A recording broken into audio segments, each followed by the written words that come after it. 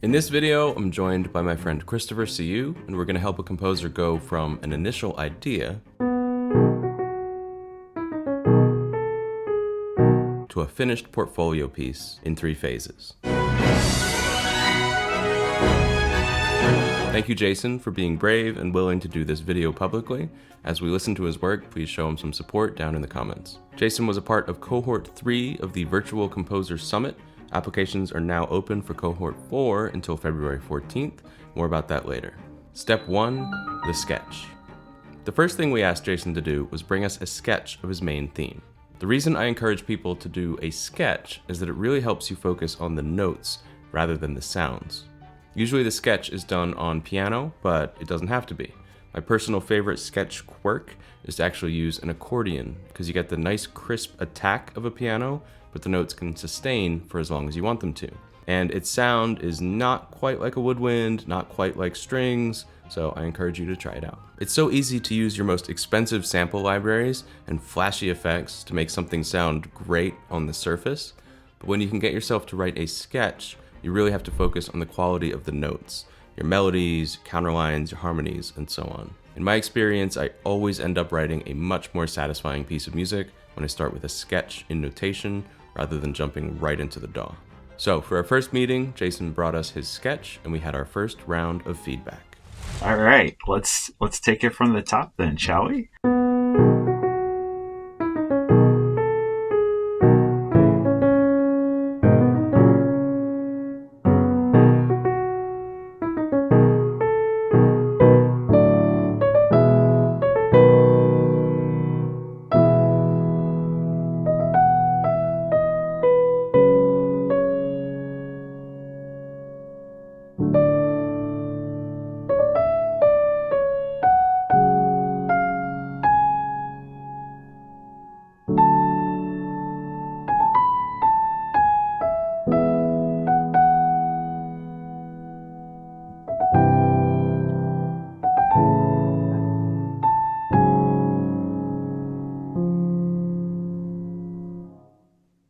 Nice. Nice. I want more. Yeah. Yeah, so do I. First impressions. It sounds great. Everything in my being is wanting you to modulate to F sharp major. Because like both the first half and the second half of this bridge or this B section, it's like hinting at like, oh, let me modulate up the fifth because you started in B major. And I'm just like, can you like please open that color even more? I think my other thought initially is that this first A section could definitely be repeated at least once before you go into this B, right? Because you establish this really strong theme. Right now, your B is actually double the length of your A. If anything, maybe have double A's, then one B, go into the modulation, and then have the second B, then maybe have a C or an A to wrap it up or something. Okay. But I might not do like one A and then 2 B's right after that. Okay. I like that idea. And I think that's kind of where I'm thinking about going to. So it's good to kind of have that validation. Like that's like what naturally feels like the best pull. After B section. Repeat A. Repeat the A, yes. And keep it within the same key, like because you're establishing it for the very first time, it makes sense to repeat it, maybe with a very slight variation, and then give us a nice transition to the B section, maybe a lot calmer with your sustained strings or textures, and then you build up to that modulation. I'm super excited right now. I'm like, oh my God. Wow. Cool. Chris basically covered it.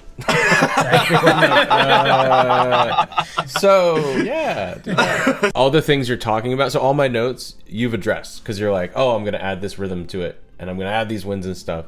That was most of my notes. Was like, there's like these holes or this emptiness. Yeah. So I would consider including that stuff in your sketch, because then you're making it easier for your orchestrator self to do it. If you have it kind of worked out in the piano, then you're like, oh yeah, this is easy. Now I just give it to the trombones or whatever. And then you're feeling it and imagining it more. So that was I was like, the opening needs rhythm. The gaps need fills. That was my main, like bar 13, for example, in your B theme. I was like, I need a fill. I need something here. I need a counter line, counter melody. Yeah, exactly. Yeah. Something. I will start noodling around with that, flesh out the sketch a little bit more before I start actually going into orchestration. I would look at the harmonic rhythm too, because I think there are some spots where you might want more chords, like bum bum ba bum bum bum bum bum, like a different chord change on each one of those hits. To kind of support the movement. After we chatted for about 20 minutes, Jason went on his way and got back to work on the next phase of the process. Step 2, orchestration. Just like with the sketch, we're moving one step forward, not jumping all the way to the finished, polished sound. Orchestration is where you decide on your instruments, on what those instruments are going to do, add accompaniment parts, and basically take your melodies and harmonies from your sketch and flesh them out into the full form of the music. So for our second meeting, Jason brought his new orchestrated version of his theme, and once again we gave him our notes. By the way, this playback and feedback format is a central part of the Virtual Composer Summit. Every week in the 7-week course, we dedicate a session to listening to everyone's work and provide comments and suggestions on how it can be improved.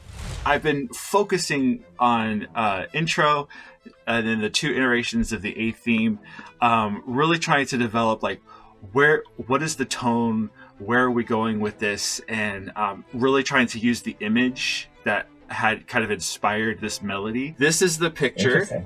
And so the piece is called A Friend's Arrival. And I really like the whole scene with the animals fight. It kind of reminded me of like Pandora with Avatar. It's sort of just like the epic kind of like environment. And it was really fun to look at. So this is introduction, theme A, and then theme A second time around. So beautiful. Hope you guys like it. Hope it works. Yay!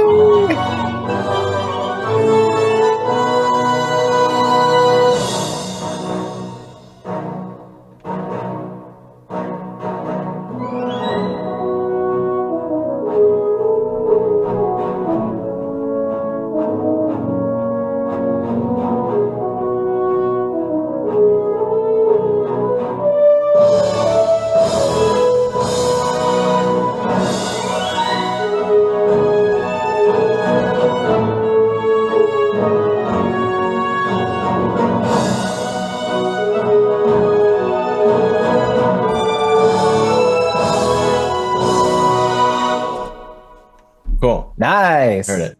I love the energy of it. I think it's awesome. I love that we saw the picture. I have 2 spots where I wish there was more. Around measure 5 or so, when your rhythmic pattern comes in, I feel like there's some kind of gaps or missing. So I don't know if it's like missing beats or kind of like just not quite enough. Yeah, you're talking about the dun dun dun. Yeah.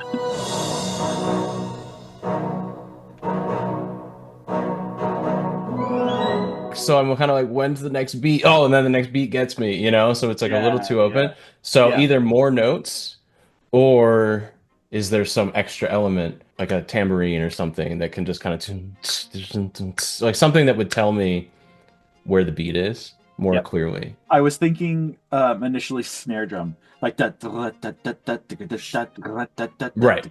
And then a similar-ish comment when on the repeat of the A theme is I wanted more, I think more pulse and activity kind of underneath, just something that was like more of a drive, a rhythmic drive. So maybe like a middle part like violas or horns or something, whatever's available. I actually would love the snare, and I don't think it would be too aggressive. Actually, you could just choose a softer dynamic layer depending on the library, because a lot of the times when your melody is holding longer notes or your brass accompaniment pattern isn't really playing at that same time, then sometimes you do get some gaps, right? So you kind of want to have that filled in throughout. And regarding what Ryan was saying for maybe like underlying rhythmic patterns that are tonal, I was hearing things like string ostinatos or measure tremolos, or even like low string staccatissimo. Bum bum ba bum bum ba bum ba bum. To be completely honest with you, this is the most work I've done on anything ever. Like, okay. This is the furthest I've ever gotten before in composing anything, and so this has all been like a learning experience, and there's a little bit of trepidation, just like kind of like a fear, like oh my gosh, am I doing this right? Is this too much? Is this too little? I hear it in my head. How do I get it from my head on to Logic? If you add in a couple layers, the question you should be asking yourself is, can I listen through this without feeling a specific gap? Mm. Right? Like, does my ear notice that there's something missing? If not, then there's enough. And then if it starts to feel at all overwhelmed, like too busy, Mhm. like if you feel that deep down in your gut, then you know that maybe there's something that I should take away. Everything that we talked about during our first call, when I started implementing all those changes, like the whole piece just came to life, and it actually opened up more ideas and suggestions for myself, like where this piece could go. So like monumental. I cannot tell you how much, like I was like, oh my gosh, this is like mind blowing. We did our job. That's amazing. Thank you. Yeah, that's awesome. So, I really appreciate that. All right, I have marching Cool. orders. Step 3, production. This is where the track finally comes to life. If you've been diligent and followed the previous steps, then you should have satisfying melodies and interesting harmonies. You've made colorful orchestration choices. Now it's time to make it sound awesome. The production phase is where you worry about sample libraries, articulations, MIDI programming, as well as mixing aspects like EQ, compression, and reverb. After a few weeks, we met up with Jason one last time for a final round of feedback. Welcome back. Yay! Yes. Stage 3. Woo. Yes. What have you been working on? Yeah. A lot. Process. Oh my gosh. I've never mixed, I've never mastered, I've never done anything in terms of like the post-production process. I just gotta say, like for me, this is exciting because this is the first time I've seen the process from like beginning to end. And something that came out of my brain. It's actually like a product. We're excited. Let's go. Okay, let's go. Here we go.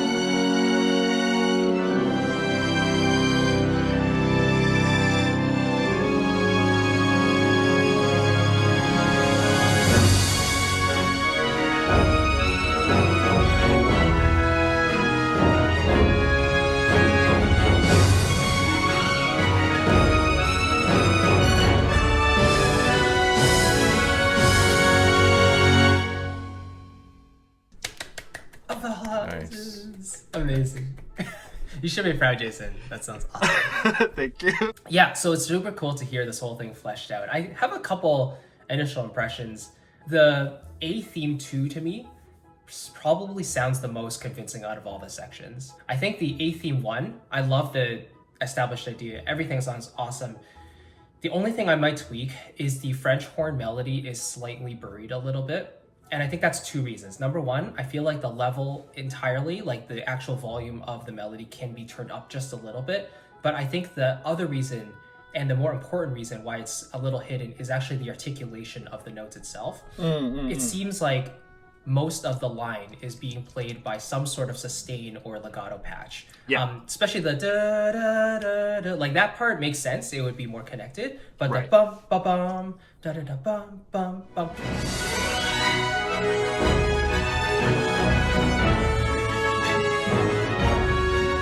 This is the sort of line, even though we have longer lines, some longer note values in that melody, I would still use a shorts patch.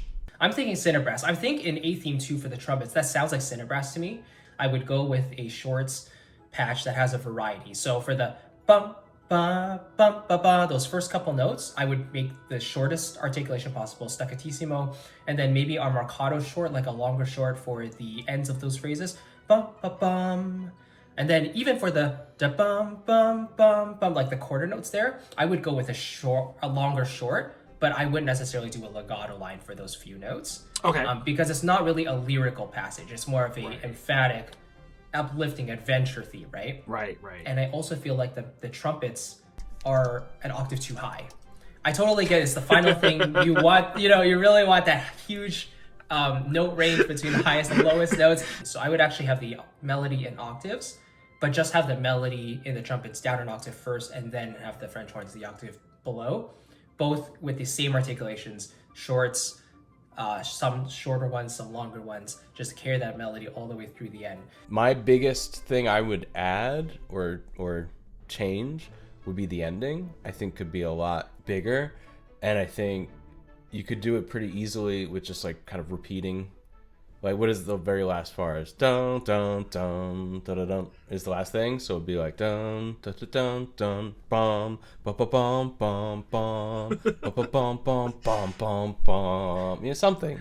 Just something that makes an ending feel like the ending. I think it's also because I felt like the ending section was a bit short proportionally. Yeah, definitely. I don't think it's a huge deal, but Chris made me think about breathing, and the ends of notes probably could be longer. Bum bum bum bum bum bum bum bum. It wouldn't lose that impact, right? Because it would actually sound more natural as a result. Right. That's a good point. I'm gonna try that. This obviously is not gonna be my last of course not. Music that I'm gonna write. So you're about 5% done, which is cool. But, This has all been like phenomenal. Thank you so much. I was so excited. Thank you again, Jason, for being a part of this video. Once his final track is complete, I'll put a link to it down in the description. And thank you, Chris, for your help in giving feedback. As I said, applications for the Virtual Composer Summit Cohort 4 are open now until February 14th. The Summit is a 7-week program for beginner composers who want to be taken through the entire step-by-step process of going from a blank page to a fully produced portfolio piece. We meet twice a week for 2 2-hour sessions. The first session is a lesson or lecture on topics like composition, writing in different styles, sample libraries, production techniques, and so on. The other session is a feedback round, exactly like what you saw in this video. We'll be running Cohort 4 from February 27th through April 10th. If you'd like to be a part of it, please head to virtualcomposersummit.com. Thanks for watching. I'll see you in the next one.